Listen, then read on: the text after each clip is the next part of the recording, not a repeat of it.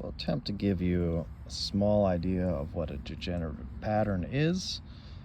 We can see degenerative patterns, sometimes very obvious, or sometimes they're more about just movement patterns, faulty movement patterns. So, Dr. Aaron here, Squat University, he's squatting and he's showing us there's a hip shift. The hips are going right.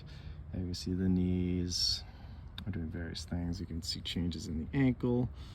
He's decently, okay in the spine. A lot of times I'll see a squat. As soon as they get kind of lower, we'll see some sort of pelvic and lumbar spine torsion, okay? And this can create a degenerative pattern over time. So degenerative patterns start with muscular imbalance, then they lead to changes in the joint tissue, and that's the long road to arthritis. It's injury over time, essentially. So this is a common pattern I will see. So let's just talk about the joint alignment, and then we'll talk about how the muscles relate to that. So in the chiropractic world, we'll see, okay, maybe the person's standing.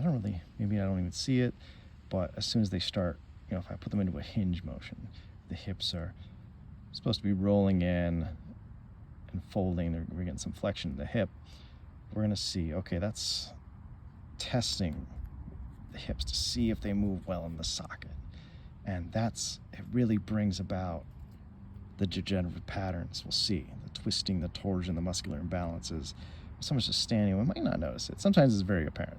Even just standing there, you can see, okay, this ilium's higher.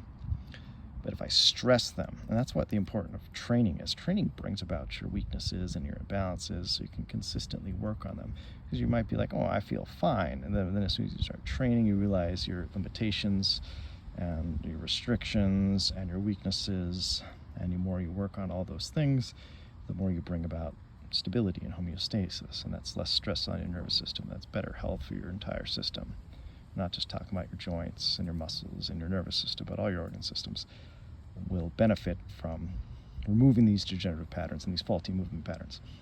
So back to this idea here, okay. So we have this ilium, it's higher, and a lot of times I'll see that, there's a shift. So what I'm trying to draw here is this glute medius, which you can see over here on the opposite, it'll be on the same side actually, is getting overstretched. So we're showing here. So there's maybe some atrophy of the glute medius, and then we're going to see the opposite. So what I'll notice in the standing position, and probably in the hinge position, is that this trochanter will be a little lower. That's what I kind of tried to draw here. This one's a little higher because the left is tighter. It's connecting to the pelvis. It's essentially locking that hip into place better, but if you only got one hip locked into place, this one's going to shift out of place, and that might be what we're kind of seeing there is his pelvis is off to the right. Okay, and it looks more distorted really in his knees and his ankles, but the hip is causing it. Eventually that can lead to issues in the knee, and that probably have to be addressed as well. If you can catch it early, it's all about retraining the hips. And these are just a few of the big movers. Glute medius. We'll look at psoas as well. Psoas and iliacus are important. The adductors are important. Piriformis is talked about a lot because it's just, it has that connection from the sacrum to the hip. And we'll see, with this ilium shifting higher, that the sacrum, everything, the pelvis is shifting. Sacrum is shifting as well. We're going to have a lot of tightness in the right piriformis. Sometimes it'll feel like it's tight on the left side.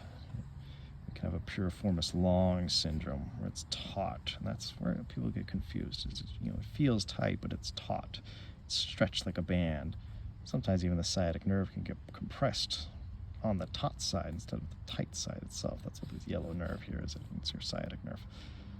So piriformis does different things, right? So with lateral rotation or external rotation, we'll see it's spinning, like this arrow is kind of showing it's externally rotating with hip extension. And then if we do flexion, like you're doing a squat, the hip is flexing, or it should be. It's going to abduct it and bring it out to the side. Obturator internus, also helping with abduction, pulling. So both these are going to help with abduction as we do a big movement. So we're going to see stuff like this once we stress the body. So that's why I like to look at people while they're moving.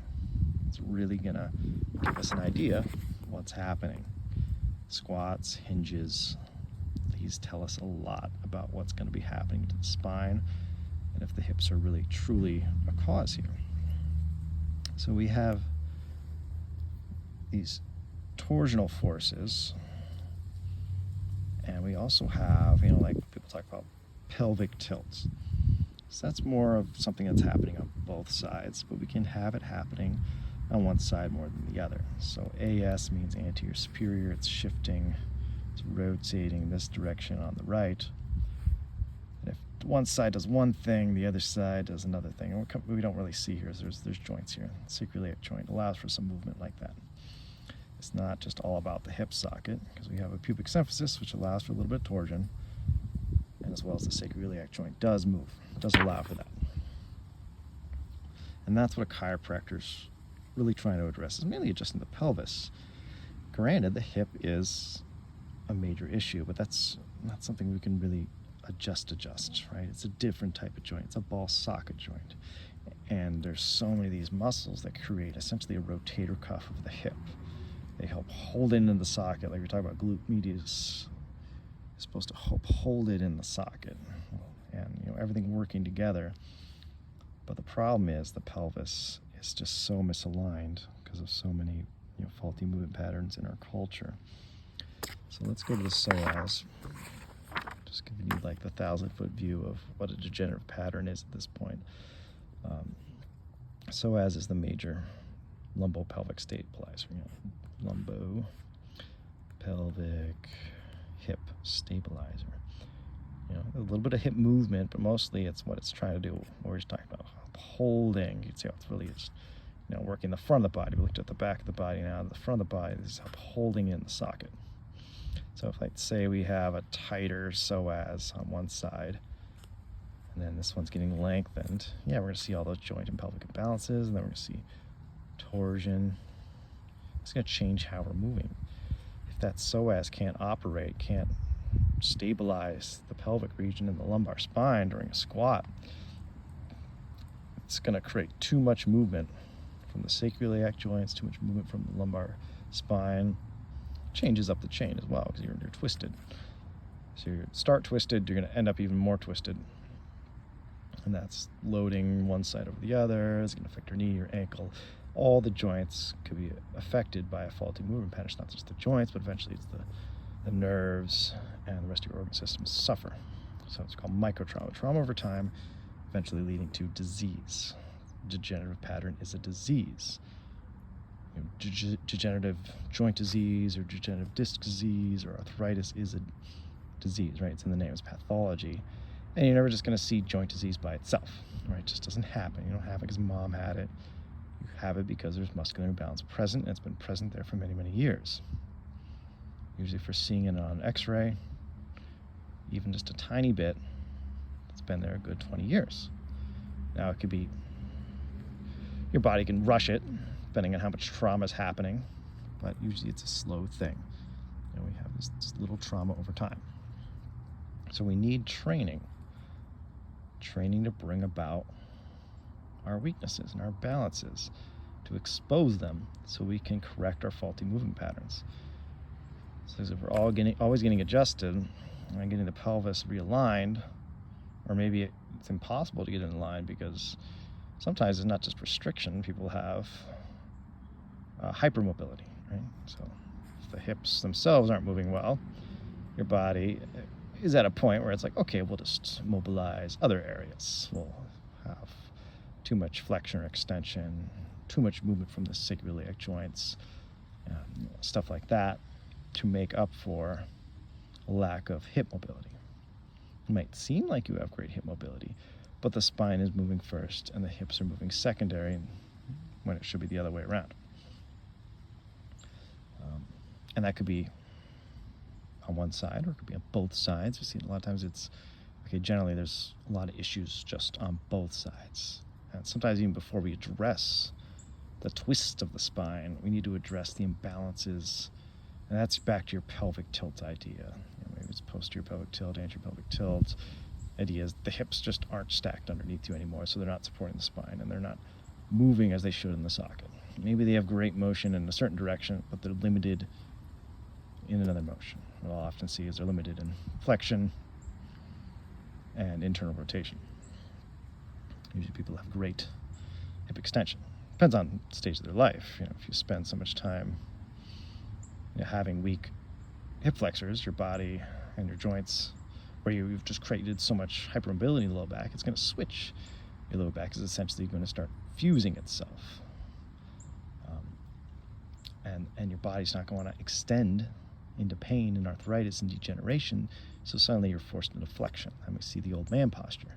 But the old man posture's been there, is the truth of it, for years and years and years. It just doesn't happen.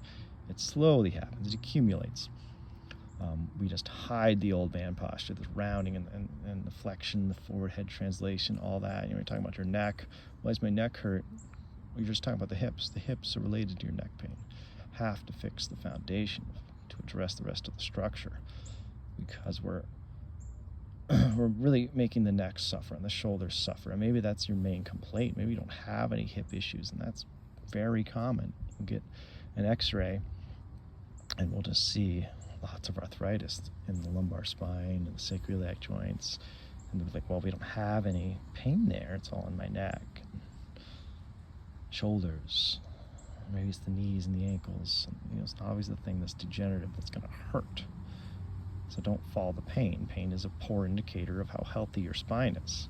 That's why we need training again. Training is going to expose our issues, so we can really have a microscopic view of the problems that are going to haunt us in the future. So we have a way to address them by simply getting in the gym, getting a good coach, so watching you move and training you move, and he's going to help teach you to notice what's weak and what you need to work on. And that's what I love one-sided exercises, because that really does expose it. You always have to take this kind of rehab idea into training, not just moving. You shouldn't be thinking, oh, I need to lose weight and then I can do this. No. Let's put in the cart before the horse. We need to address the imbalance before we can address a weight issue. The weight can wait, is what I always say. And you might notice when you take stress off the body, the weight just sheds. If you just are bound up and you're twisted, there's neurological stress. That's affecting you on all three levels of stress: emotional, toxic stress, and traumatic stress. So we can work on the traumatic, and that's going to help us with the toxic stress. Your body's going to start releasing those toxins. That's going to help you on the emotional level. That's the cause of all disease right there: stress. Those three that we just mentioned: thoughts, trauma, and toxins. So trauma is not just getting hit with a baseball bat. It's sometimes getting lightly tapped, like water dropping on a rock, right? It can bore a hole. Just give it time, right? That's the same idea with arthritis. It's water on a rock. Drop, drop, drop, slowly decaying. I definitely know what it's like to have a traumatic injury as well. And that can really fast forward the degenerative pattern. It could be something that's working against you. And sometimes it's very good to have a big injury, because that really wakes the person up to, oh, I need to rehab. It's just that constant reminder of pain. But some people, it's the dimming light bulb effect, where the light is just slowly dimming and they don't really notice what's wrong. And the next thing you know, the light goes out. So hopefully that enlightens a little bit of an idea of what a degenerative pattern is. It's something I want to expand on in the future, maybe digging in a little deeper than we did here today. Hopefully you had time to read some of these notes of what my thoughts are when I look at you and what I mean by a degenerative pattern.